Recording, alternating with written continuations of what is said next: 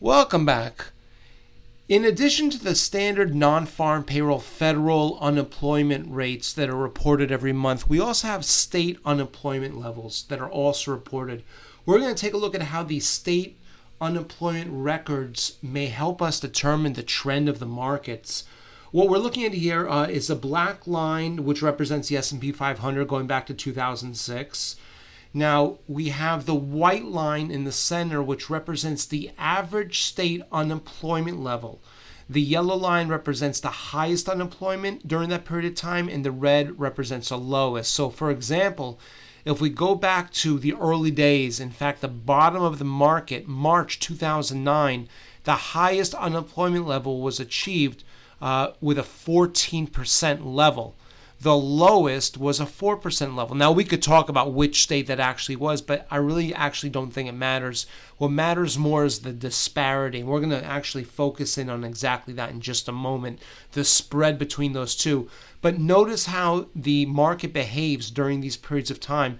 When you have a large spread between the highest unemployment level and the lowest unemployment level, the market tends to underperform. However, as the market started to move higher, 2010, 11, 12, all the way through the rally of 2019, the unemployment levels overall fell. The white line is the average. That fell to a low average level of around 3.6%.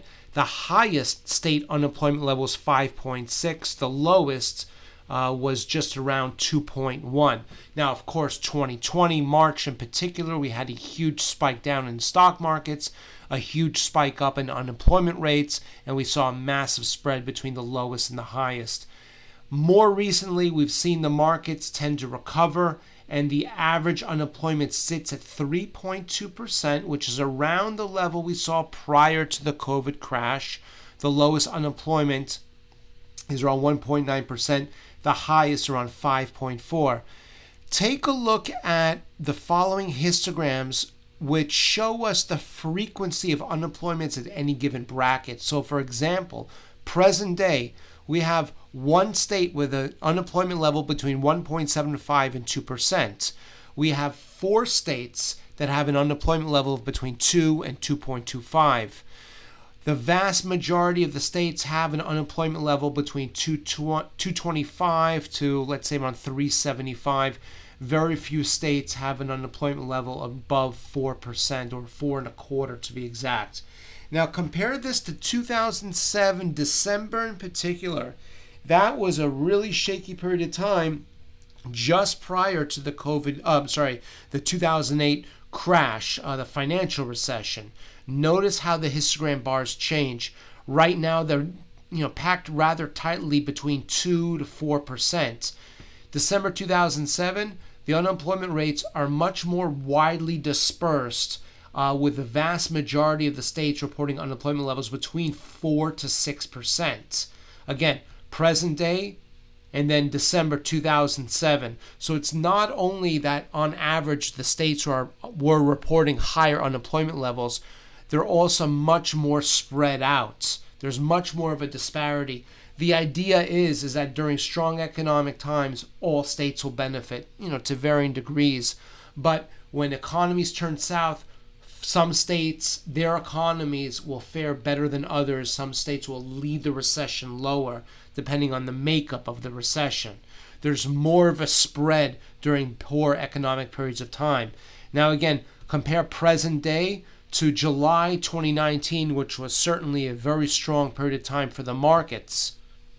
And we can see a very similar situation. Present day, we have 2 to 4%. Most of the states report unemployment levels at that level. July 2019, same situation, 2.5 to 4%. Very few states reported unemployment levels above that.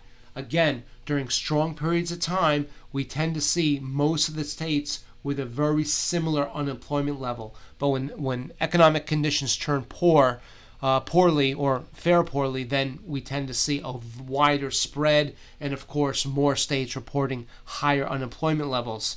Now let's consider the spread between the lowest and the highest state. And again, it doesn't matter which state in particular, but just notice a disparity.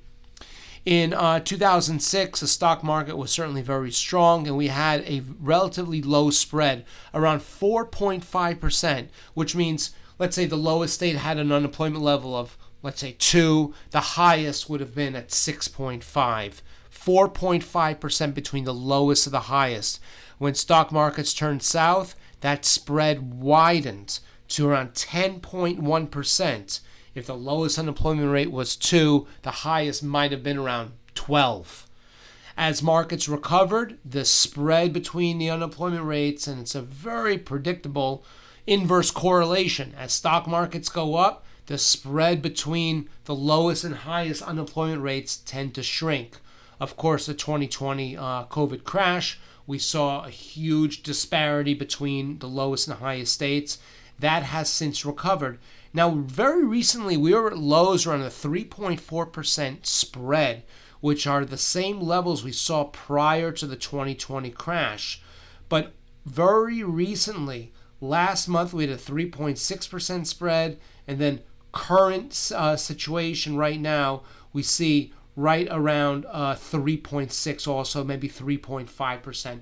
So we're still near the lows, but we're going to watch these numbers very closely in the months to come, because if we start to see that the spread widens, that certain states, and we'll also see other evidence of this. We'll see manufacturing numbers in some states that will, tend to be worse than others. When we start to see anecdotal evidence that the economies in certain states are really starting to fall out of bed, and the spread between economic conditions widens, that could be an early sign of something to change.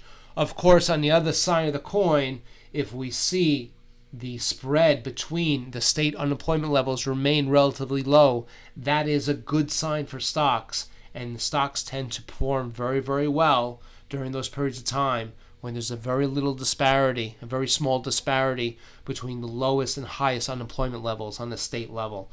So like this, with many other economic numbers, we're going to watch this very closely, and we'll be sure to update you along the way. We hope this has been helpful. We look forward to seeing you back soon.